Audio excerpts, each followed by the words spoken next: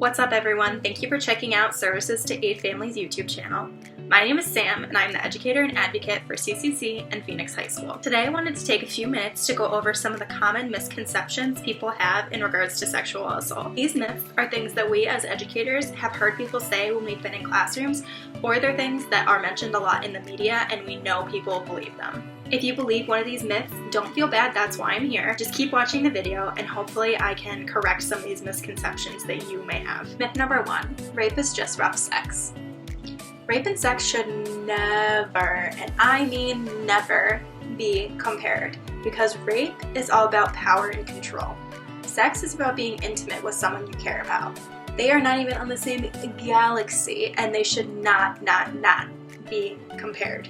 Myth number 2, people lie about being sexually assaulted. Don't even get me started on this one. People don't lie about being sexually assaulted, and I will tell you why. How do people react when someone discloses that they've been sexually assaulted? And I'm not saying how do you react or how do I react, just how do in general people react. Usually, we don't believe them, or we question them, we ask what they were doing, what were you wearing, all of these questions putting the blame on the victim rather than the person that committed the crime. So with that being said, why would someone ever lie about that happening to them? It's not like people are empathetic when someone says they've been assaulted, so there's nothing to gain in saying that that happened. Research has shown that only 2% of all reported rapes were determined to be false.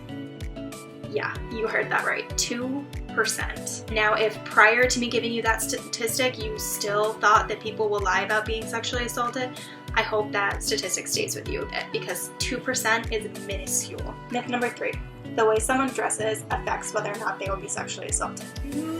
Girl, the way I dress is not a yes. This myth has actually gotten a lot of attention lately with a lot of people saying that they don't believe it anymore, which is absolutely amazing and that is exactly what we want. The way someone dresses should never and does never affect whether or not they will be a victim of any crime, including sexual assault. Wearing clothes that show a little more of your body is seriously just showing more of your body, and it does not invite for anyone to do anything to you that you don't want.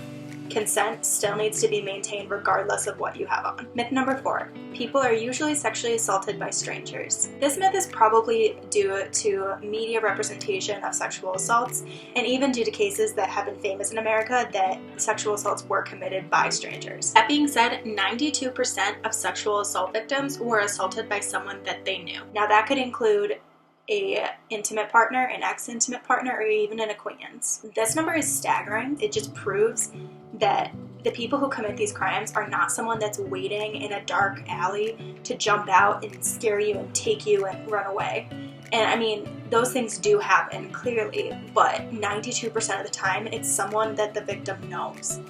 And that really rocks people's security. And for some people, that is just straight up unbelievable for them and uncomprehendable. Myth number 5, men cannot be sexually assaulted. This is another one of those that just gets me.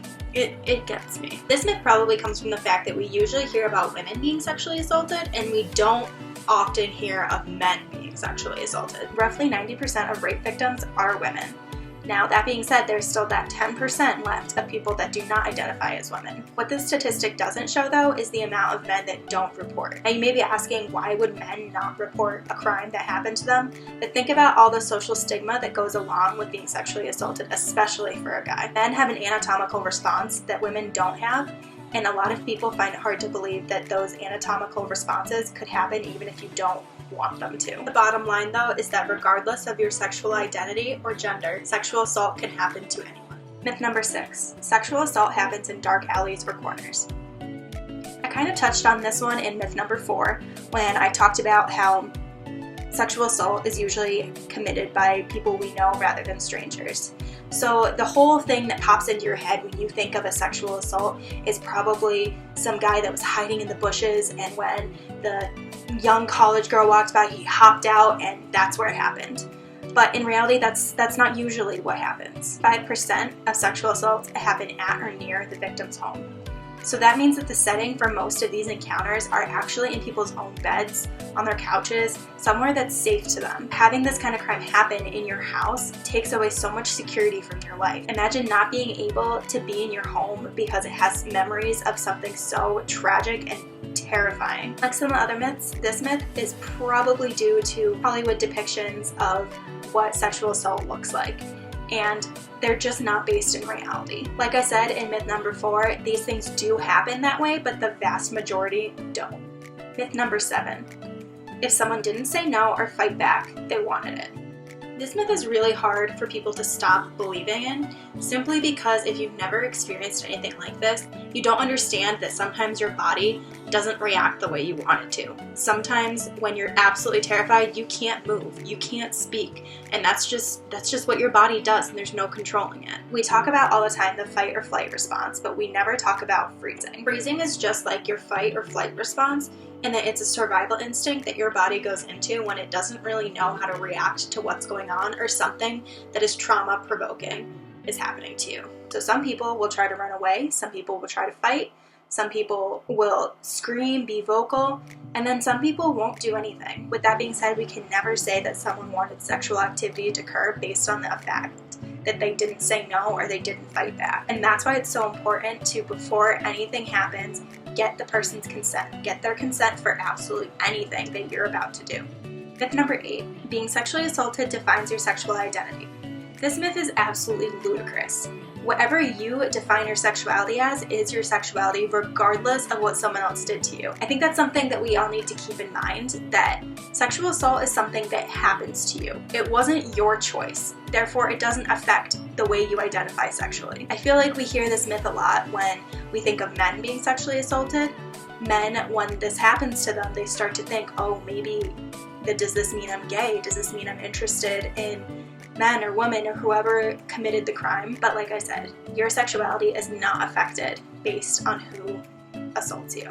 Myth number 9, asking for consent ruins the mood. This one I think is pretty hysterical because there's so many different ways we can ask for consent that people don't really think about. Now, you don't have to go into every sexual encounter going, may we make out? May I kiss your cheek? May I touch your butt? It doesn't need to be that cold, that straightforward, the way we talk about it in classrooms. It can be something as playful as, do you like when I kiss your neck? And as always, if you're not sure that you're receiving consent from someone, if the questions you're asking are the right ones, ask more of them. Be more specific. If you need to be as blunt as say, may I touch your butt? Then that's what you have to do. But you have to make sure that what you want and what the message that you want to give to the person you're interacting with is heard and is understood before they give you a yes or a no. Trust me when I say that it is much sexier to have the conversation first and make sure that everyone's comfortable with exactly what's happening rather than waiting or not having it at all and having someone feel uncomfortable. Myth number 10, there's nothing we can do to prevent sexual assault. This is absolutely ludicrous. There is so much we can do to prevent sexual assault, and there's so much that we're already doing. First of all, talking about it. For the longest time, it was something that no one talked about, and it was just brushed under the rug like something that happens to everyone. But now, so many people are using their voices to bring awareness to this important issue. We have the Me Too movement. We have all these loud people standing up for what's right and bringing awareness to this difficult issue. It all starts with communication. Talk to people. Make sure that if you hear your friend saying that something happened to them that doesn't sound right, call them out if they're the one that did something bad. Or if they were a victim, help them get the help they need. Tell them to call our hotline. It's all about that open communication with everyone that keeps these things from happening and that helps people after they unfortunately do happen. Another thing we can do to help prevent sexual assault is believe survivors. Believe what they're saying and then hold the people that committed these crimes accountable for their actions. Also, be an active bystander. If you see something, say something. Don't just let these things happen. Use your voice to better your surroundings. And above all, stand up against sexism, sexual violence, sexual harassment, all of those things. The world can change for the better, but it starts with us. So believe survivors, stand up for what's right. So those are 10 myths we hear about sexual assault. If you have any questions, please feel free to call our crisis hotline at 315-342-1600. Thank you so much for clicking on our video, and please subscribe below. Have a good one, guys.